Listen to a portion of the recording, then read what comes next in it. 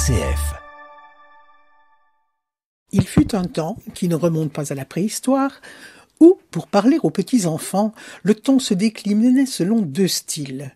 Le premier, aujourd'hui qualifié de gaga ou gazouillant, ressemblait à s'y méprendre à la façon dont on parle à un chiot. Pas trop de vocabulaire, tout est dans l'intonation. « Mais ce qu'il est trop mignon, mon bébé, il a fait un gros dodo, le petit poussin. Fais une risette à tata, allez, une petite risette, là, c'est bien. Et qu'est-ce qu'on va mettre dans la boubouche? Une tutute. » Tout l'art consistant à se mettre au niveau d'un enfant dont on pensait qu'il ne pouvait comprendre que les onomatopées. L'autre ton, lui, était réservé à l'apprentissage. « Non, tu ne peux pas mettre tes mains dans la panade, c'est vilain. Arrête, je te dis, tu entends? Si tu continues, maman va se fâcher. » Au fil des ans, le premier style avait tendance à s'effacer au profit du second.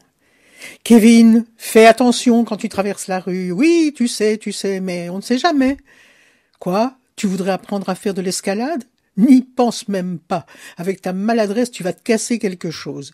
Lis plutôt un livre ou collectionne les timbres. » Ça, c'était avant que Françoise Dolto ne se mette à éduquer les parents en leur apprenant que le bébé est une personne et qu'il n'est rien de mieux pour le faire grandir que de le considérer comme tel, sans l'infantiliser ni encore moins bêtifier ou se transformer en feu de signalisation bloqué sur le rouge.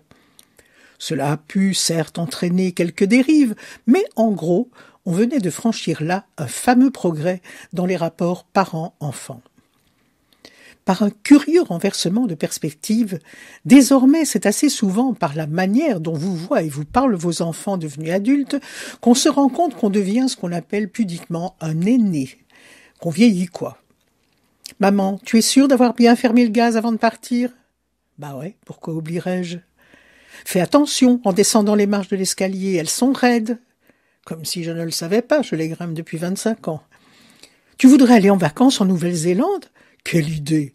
La mer du Nord, c'est aussi bien pour toi. » Et que dire de ces maisons de retraite où, parce qu'elles portent des langes et marchent en s'appuyant sur un engin à roulettes, on finit par croire que les personnes âgées sont retombées en enfance. Alors, à elles, le bavoir à table, la mise au lit à 20 heures et un clown pour divertir la maisonnée.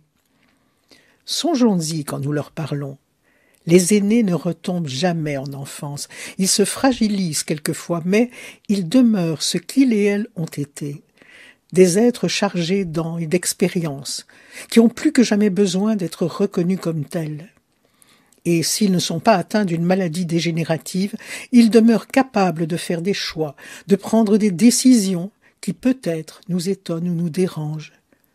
Peut-être faudrait-il une Françoise Dolto qui vienne le rappeler.